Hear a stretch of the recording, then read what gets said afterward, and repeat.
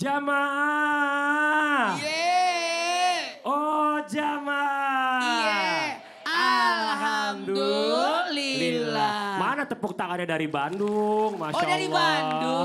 Kumaha Damang.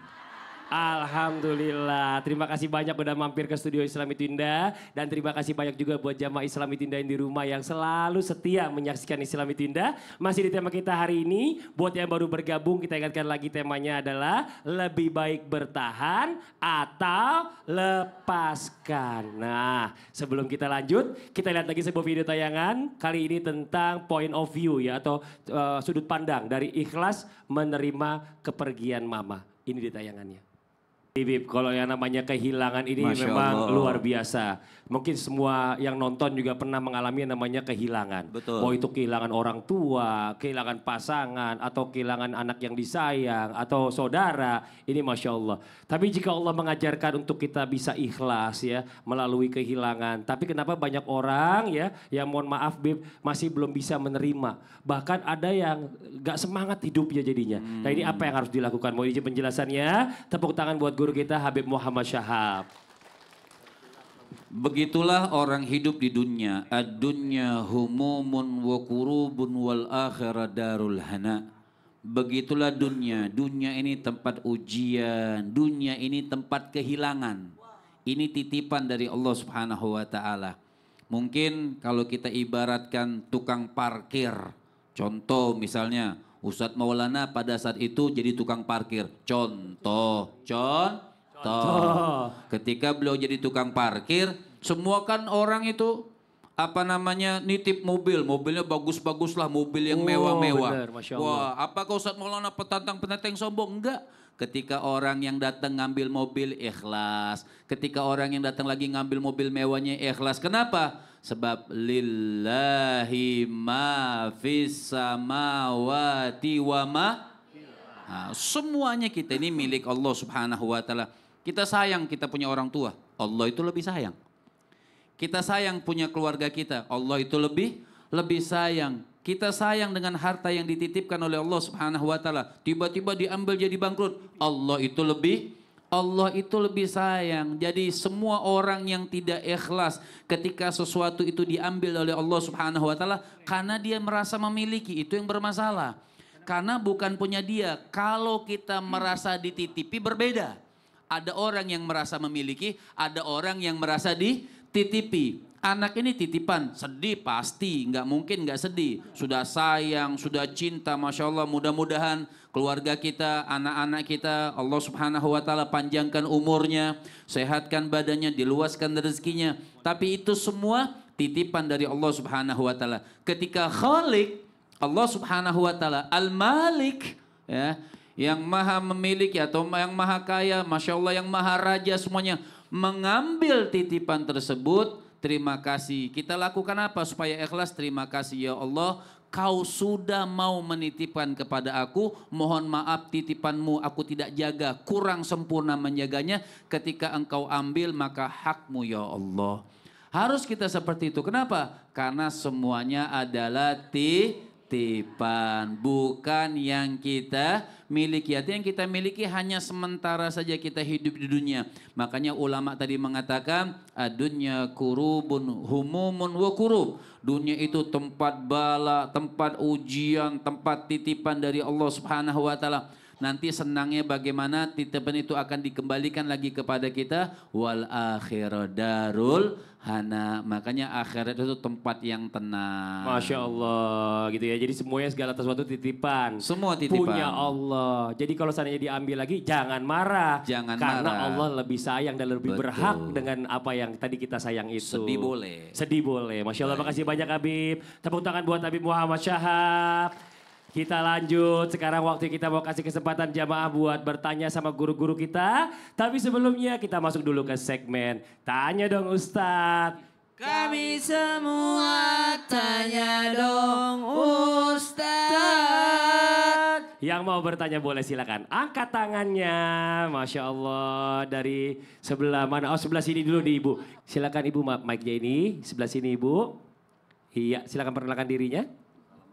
Assalamualaikum warahmatullahi wabarakatuh. Waalaikumsalam warahmatullahi wabarakatuh. Bismillahirrahmanirrahim. Iya, Ibu. Perkenalkan Pak Ustadz, ibu-ibu semua. Iya. Nama saya Ibu Ina Karlina. Ibu Ina Karlina. Dari Majelis Taklim Masjid Al-Huda, Desa Cimenyan, Kecamatan Cimenyan, Kabupaten Bandung. Oh, tepuk tangan dulu buat Ibu Cimenyan ini, Masya Allah. Ibu mau nanya sama siapa? Mau menanya sama Ustadz Syam. Ustadz Syam, sini Ustadz Syam. Sok mangga Ibu. Iya, silakan Ibu. Pak Ustadz, saya mau tanya, jika kita tahu dari orang lain, kalau ada salah satu teman yang bermuka dua di depan baik tapi di belakang ngomongin. Oke.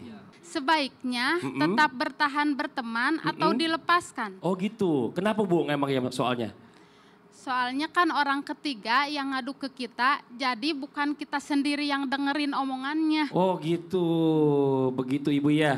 Itu aja yang mau ditanyain Ibu? Iya gitu aja Pak Ustadz. Oke, terima kasih banyak Ibu. Mudah-mudahan dikasih penjelasan untuk membuka hati saya. Masya Allah. Coba dijawab Ustadz Syam, silakan Ustadz Syam. Baik, bismillahirrahmanirrahim. Kalau dikatakan ada berita-berita miring datang dari orang lain tentang teman saya yang ngomongin saya di belakang, apa yang harus saya lakukan? Perintah Al-Quran.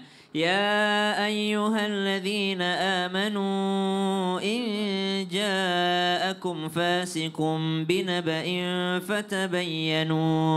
Maka yang pertama klarifikasi dulu Bu. Klarifikasi apa? Klarifikasi untuk menghilangkan suudzon dari diri kita. Karena kan gak dengar langsung tuh. Jangan sampai yang nyampein berita ini yang tidak baik. Subhanallah. Maka klarifikasi tabayun dulu. Itu adalah sikapnya orang yang beriman. Karena khawatirnya antusibu qauman bijahalah. Khawatirnya menghukum sesuatu yang tidak benar tanpa ada kita keilmuan di dalamnya. Itu yang pertama. Yang kedua, pernah suatu ketika ada sebuah hadithul ifki, ada sebuah fitnah yang sangat besar. Ketika Ibunda Aisyah diomongin di belakang, Ibunda Aisyah radhiyallahu anha difitnah, subhanallah, sampai-sampai suaminya sendiri yaitu Rasulullah sallallahu alaihi wasallam, ini sudah diatur sama Allah, itu sampai Rasulullah sallallahu alaihi wasallam itu kelihatan meragukan Ibunda Aisyah. Lalu apa jawaban Ibunda Aisyah ketika digituin? Kata Ibunda Aisyah, saya tidak mau mengeluarkan satu kalimat kecuali kalimat yang dikeluarkan oleh Nabi Yakub alaihissalam. Apa itu?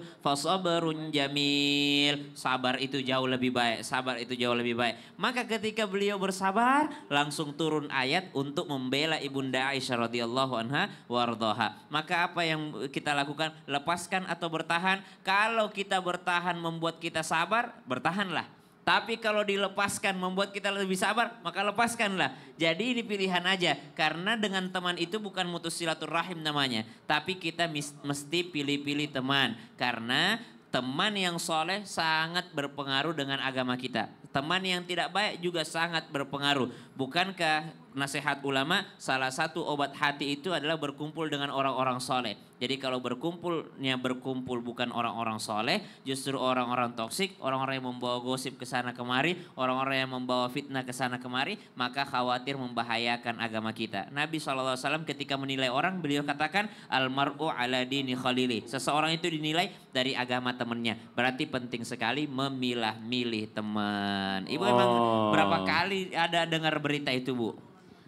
Ya Sering Ibu ya, pakai mic itu lebih deket Bu, mic-nya Sering aja gitu, yang iya, ngadu-ngadu domba gitu. Tenang Bu, Ibu pakai sering datang ke pengajian, teman yang lain masih banyak, betul nggak? Tepuk tangan dong. Ya kayak gitu mah tinggalin aja cari teman baru. Lagian jangan dimasukin ke pikiran nanti jadi beban, jangan dimasukin hati nanti jadi sakit hati. Ibu jadi kurus, jadi gara-gara mikirin itu. Mending sibuk aja untuk hubungan kita dengan Allah Subhanahu wa taala. Makanya kalau pengajian ya tujuannya pengajian. Iya, makasih banyak Ibu. Iya, Masya Allah. sama-sama, Pak Iya. Ustadz. Ya. Masya Allah, boleh kembali ke tempat. Tepuk Atur tangan sekali lagi buat nuhun. Ibunya. Atur nuhun Ibu. Iya silakan. Ustaz Syam terima kasih banyak. Nah sebelum kita lanjut lagi ya buat jamaah Islam itu indah yang di rumah yang dirahmati Allah ya. Kita nanti akan mendengarkan lagi tausiah dari guru-guru kita. Tapi kali ini kita akan mendengarkan ada cerita yang akan dibawakan oleh guru kita Ustadz Maulana. Kita masuk di segmen Ustadz Bercerita. Silakan Ustadz Maulana.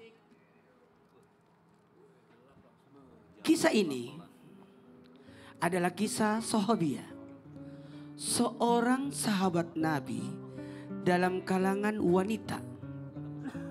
Dan ini menjadi dasar terjadinya hukum khuluk, menggugat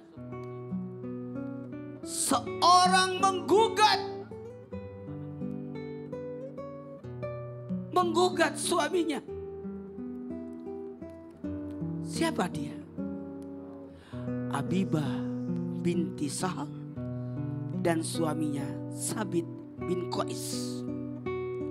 Rasulullah SAW akan berangkat untuk pergi salat berjamaah. Tiba-tiba ada wanita yang menghalangi Nabi. Di riwayat yang lain dikatakan rumah Nabi diketuk. Di riwayat yang lain wanita itu berdiri di kegelapan sehingga tidak ketahuan. Siapakah kau? Kata Nabi, siapa kau? Siapakah kau? Aku Habibah binti Sa'ad, istri Sabit bin Qais. Ada apa? Mana suamimu? Saya mau cerai. Saya mau pisah. Saya mau lepaskan suamiku. Saya tidak mau lagi bersama dengan dia. Bukankah suamimu baik akhlaknya? Bukankah dia baik agamanya? Aku nggak mau, aku nggak bisa. Aku nggak bisa bersama dia lagi. Apa yang dilakukan Rasulullah SAW saat itu? Kata Nabi, panggil Sabit bin Qais. Maka dihadirkanlah Sabit bin Qais. Ketika datang suaminya, bagaimana menurutmu? Istrimu mau menggugat, istrimu mau cerai, istrimu mau hulu. Apa yang terjadi? Sabit bin Qais pun berkata, saya siap melepaskan. Maka ditalaklah istrinya. Dari sini kita bisa belajar, seorang wanita bisa menggugat cerai suaminya atau huluk karena ada sesuatu yang dia tidak sukai. Ingat, seorang wanita bisa menggugat jikalau membahayakan jiwanya, jikalau dia melakukan dosa besar, jikalau dia dalam hal ini tidak menenangkan dirinya. Tapi kalau dalam al-nafkah masih bisa diusahakan. Tapi kalau dia tidak bertanggung jawab, maka seorang wanita bisa huluk. Lalu di riwayat yang lain disebutkan bahwa Habibah bin Sahal belum bersama dengannya dalam hal ini melakukan kewajiban Sabit. Ternyata dikembalikanlah mahar setengahnya. Dan riwayat yang lain mengatakan saya lebih 2 kali lipat saya kasihkan. Maka dikembalikan. Maka dari sinilah kita bisa belajar. Kita jangan mempermainkan pernikahan. Tidak boleh memaksa pernikahan. Seorang wanita bisa menggugat kalau itu membahayakan jiwanya dan merusak rumah tangganya. Untuk itu buat kita semua, kalau ada masalah dalam rumah tangga, ada 2 pilihan. Lebih baik bertahan atau lepaskan. Jangan kemana-mana, kita akan lanjutkan lagi pembahasan ini lebih lanjut. Jamaah-jamaah, alhamdulillah.